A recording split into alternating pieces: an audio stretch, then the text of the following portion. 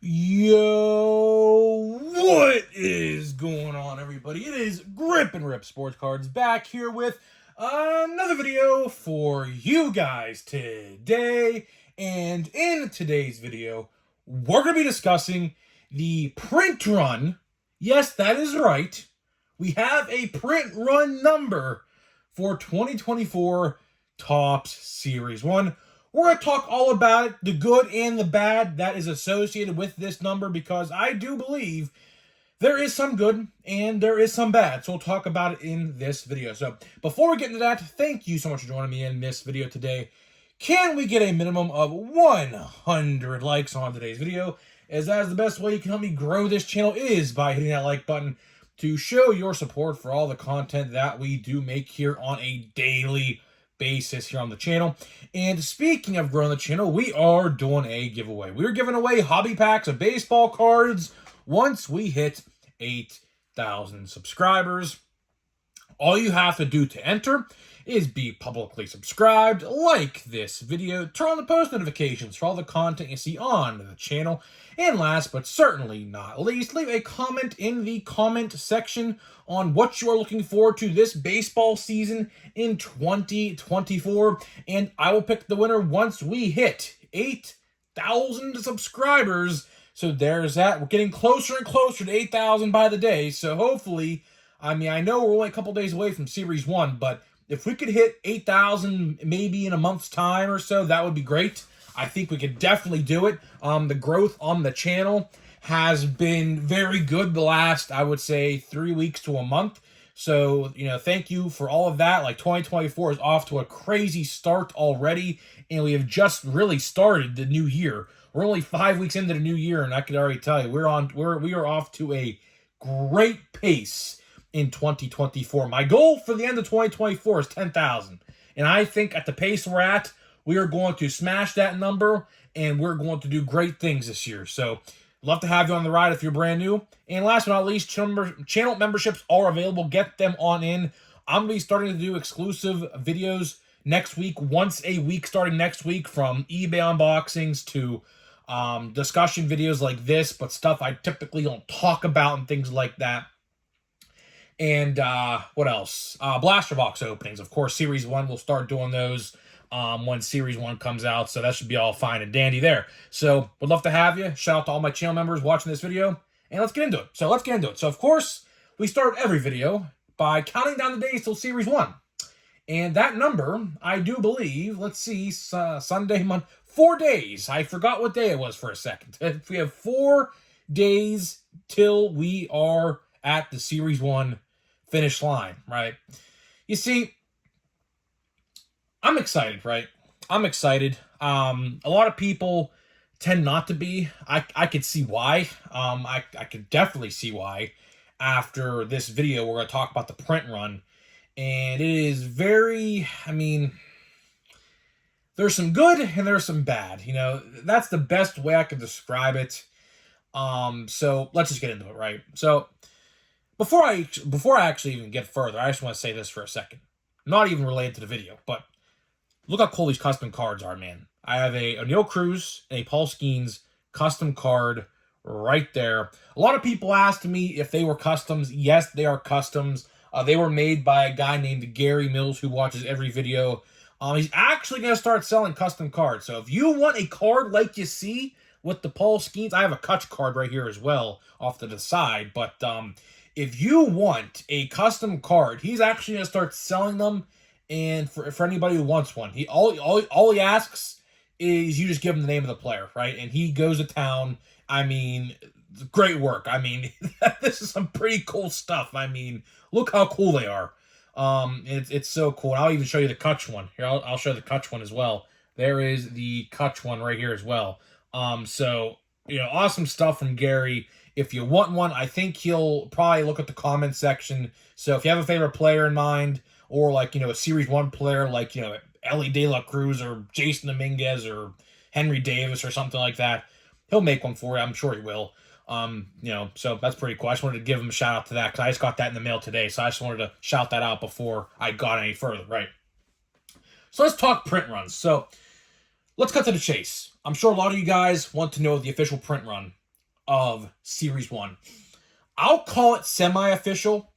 Why I'm not going to call it official is because we have something called a complete set that comes out in July, and these numbers, or the number I'm going to read you, is not adding the total of the complete sets. So this number will change. So keep that in mind. The number I'm going to tell you is going to change in late July, whenever they put out those complete sets, because this number is not reflective with that as well.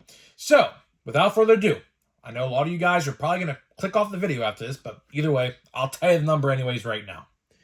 The number of base cards per player in 2024 Topps Series 1 is 899,000. So, for the sake of this video, we will just say 900,000. And there's the answer. The print run per card, per base card of this product, not including the complete sets, is 900,000. Let's talk about it. All right, let's start out with the positives first. The positives is it is not 1.4 million like I predicted the other day. That is a positive because, trying to point out the obvious here, Topps has not really cared to lower the print count as of late. Now, I will say this, mostly, I do think why the print runs have gotten so high as of late is because I do believe Fanatics is chirping in their ear. Of course, Fanatics does own Topps now, so basically it's whatever Fanatics wants, Fanatics gets. That's typically that's basically what's going on. So I think Fanatics is chirping in their ear to up the print count because, of course, they want to quote-unquote expand the hobby, but their version of expanding it is basically junk wax, right? So I kind of find that funny. But either way, the positive is that out of all the Fanatics sets, so of course Fanatics has been a part of 2022 Topps Series 1 and 2023 Topps Series 1. Now this is their third Series 1. And, unfortunately, this is actually, for now, the lowest printed Series 1 of the Fanatics era. 2022 was 972,000, so at least we're minusing. And then 2023 was, I think, 1.2 million and some odd change. I don't remember the exact number there. So that is a positive. That is a positive. We are minusing about 300,000 to 400,000 right now compared to last year, and ultimately down from the start of the Fanatics era in 2022 with 972,000 base cards per player, right? But let's talk the bad. Let's talk the bad. Obviously, that number is still very high. That number is still very, very high. I don't know the exact numbers of what it was like before the Fanatics takeover in 2022, but I'll tell you one thing, I don't think it was even close to 900,000. I believe I read somewhere it was like in the mid 600,000s in 2021, somewhere in that area. So obviously a lot of things have transpired for this print count to up. Obviously scalping, obviously the demand from the 2020 era where everyone was sitting in their houses looking through old baseball cards. So you know what? I'm going to get back into this again. Or you know what? I'm going to sell boxes of sports cards online for double the price or things like that, right? So that is really reason one why it really jumped in my eyes. Either way, 900,000 is still a lot. And like I said in the open, 900,000, that is not the official total number. We still have to wait for the complete sets, which I can guarantee you is going to be more than 100,000. So, for the sake of calling a spade here, it's going to be 1 million. The print run for Series 1 is going to end up totaling 1 million. I can guarantee it. I mean, do you think they're not going to put out 100,000 plus complete sets? I mean, go to your Targets. Go to some of your Walmarts. I can guarantee you right now, you're going to find complete sets all over the place. At Targets, at least. I see a bunch of them all the time. They just sit there. So I don't know in that venture. I'm not entirely sure why Topps puts out so many complete sets. I mean, I get some casual collectors just want to buy one of them and say, you know what, I bought the whole set. I don't need to buy another Topps card the rest of the year. There's some people out there to do that, believe it or not. So that is really why those sets exist, for the people who don't buy box and box and box like we do, or basically I do, as you can clearly tell by the background of the video, and say, you know what, let's buy the complete set. I might get something. They do like these incentives now. Like you get like I think Target does a rookie relic card or an autograph per, which is I think 9 times out of 10 a relic card. But hobbies have like the shimmer cards, and things like that. So I don't know. Each store has like their own incentive. I'm not entirely sure. And on top of that, now there are like these star paralleled cards. I don't think they're numbered, but they're like stars across the border of the card, everything like that. So there is a lot, and I mean a lot of different variations of the complete set out there. I even believe Fanatics had their own rendition of a complete set last year as well. So there is a ton of different things that goes into this. But either way, I mean, the bad side of this is there is still a million per base card, which I think that is way too much. You know, I like the idea of quote unquote expanding the hobby, but the way Fanatics has gone about it in what they have done so far, it is not expanding. You know, expanding doesn't necessarily mean you gotta kill the hobby, because that is kind of what they are trying to do. By expanding the hobby, they're also trying to basically kill it off by bumping the print run to so much that it's everywhere, right? But at least I will say this. One positive takeaway, and this is a great discussion for a whole different video. I could definitely do a whole 20-minute video about this in itself. But look at it like this, right? Look at it like this. I can guarantee you the big suits in the round tables at Fanatics saw last year's Series 1 for 50% off at most Walmarts right now and said to themselves, all right, we can't print so much Series 1 no more, because look at how much is on clearance, and obviously, when it goes on clearance, they're not making as much money as they would have if it was regular price. So I firmly do believe that, one, since Series 1 sat last year for various different reasons, that is a big reason why we are under 1 million right now, right? Option 2, in discussion point number 2, is that retail last year was straight garbage. Retail last year was straight garbage, which is funny because this Series 1 is the exact opposite of what happened last year. So to even back up my claim even more,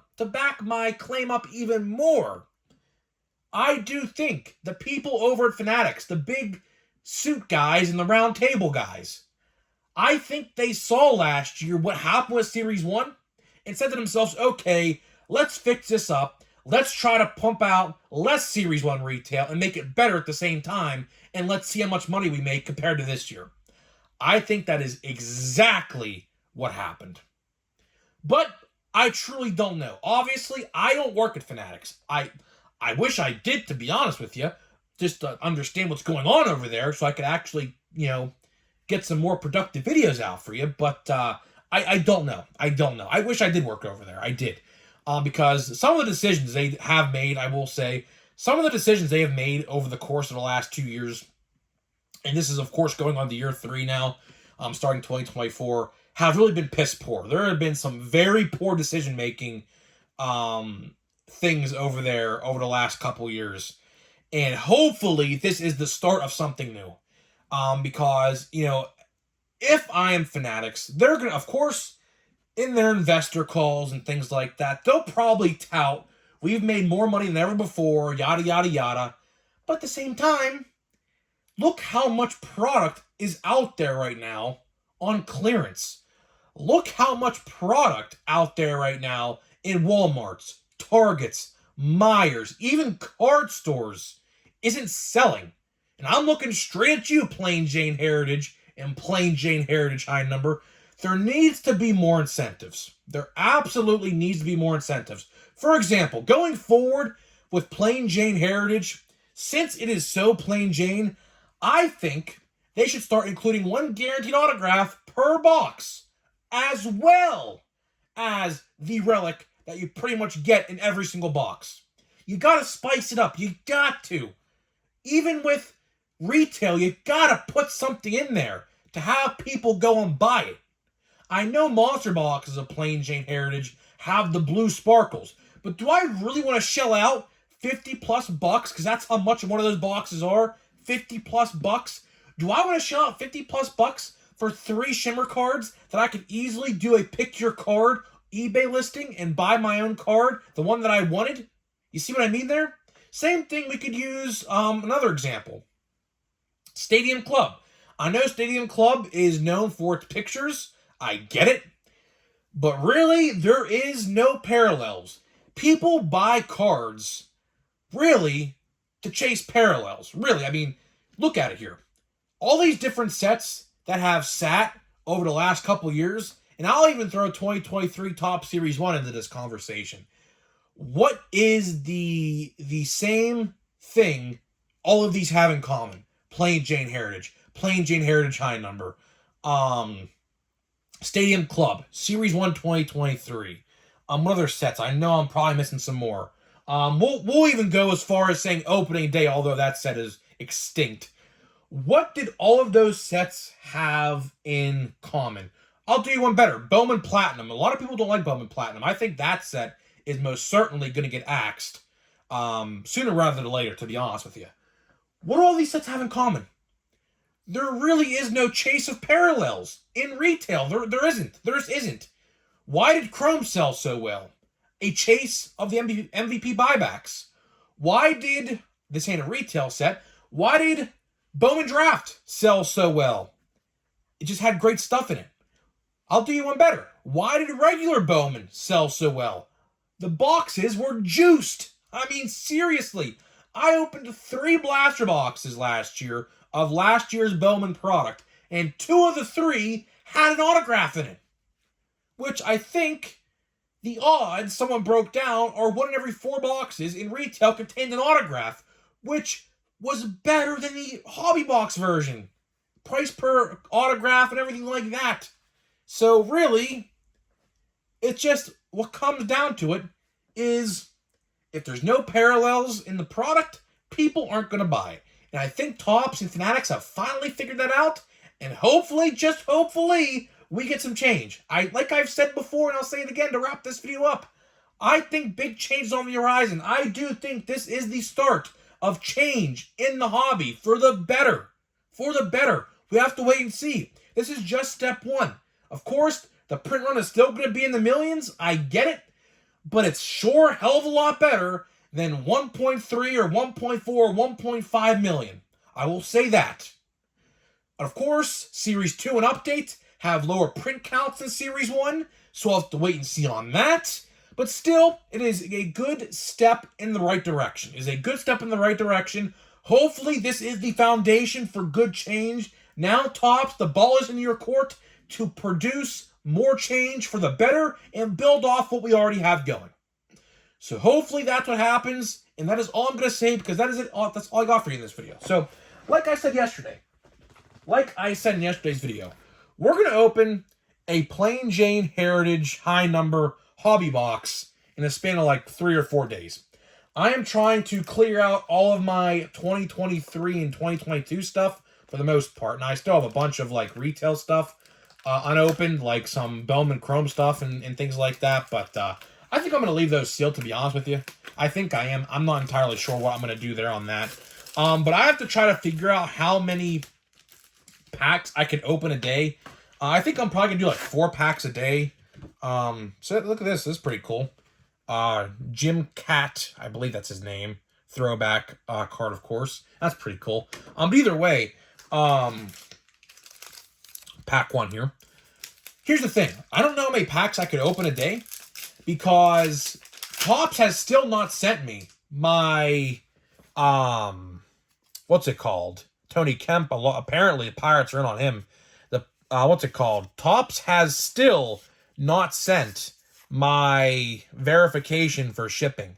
So I am not sure what is happening. I have seriously no idea. So I think we'll do 4 packs a day.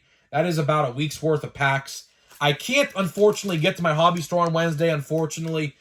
Just some personal stuff came up, and, sometimes life gets in the way of, plans you got. The quickest I can get to a card store, I literally just pulled that card, like, literally last pack. What the actual hell? Okay, interesting. Either way, Jack Swinsky, that's pretty cool. Oh, look at that. Oh, look at that. Interesting. We actually pulled an auto out of Plain Jane Heritage high number? Wow, it's not a rookie either. Brandon Lau. That is actually pretty good. Wow. I am shocked. I am shocked. I have never, this is literally a first, I have never pulled an autograph out of Plain Jane Heritage, ever. And it's funny, because yesterday we literally just pulled a Buster Posey relic out of a blaster box of Plain Jane. Now I pull an autograph out of Plain Jane. Wow. Maybe Plain Jane is coming back for a vengeance of some kind. Look at that, man. Brandon Lau. That's actually a decent one. I will gladly take it. At least it's not the other Tampa Bay Ray that we will not mention no more. So honestly, that is, out of all the Rays autographs in this product, I mean, I don't know if other players are in here. That's probably a decent one. I assume maybe a Rosarena has an autograph in this set as well. I have no idea. But that's definitely probably the second best Rays autograph you can get behind Randy Rosarena. So either way, I mean, that's pretty cool. And we got that autograph literally in the second pack. I mean, could there be additional hits in this box? We'll have to wait and see. We'll open one more pack after this, and we will wrap it up. Just really much of anything here. Yeah, very surprised to pull an autograph. That definitely threw me for a loop. I did not expect that on card at that. So wow, that's interesting. The first autograph I've ever pulled out of a Plain Jane product. That is definitely interesting. So now, unfortunately, I don't think we're gonna pull anything worth Torquil. That's pretty cool. I don't think we're gonna pull anything of note moving forward for the rest of this box. So unfortunately, but either way, I will gladly take an autograph. It's a veteran autograph at that. You don't typically see those a lot in Topps products. So you know what? I am not going to complain about that in the slightest bit. So either way, I'm getting out of here. Let me know what you think, and I'll see you guys in the next video.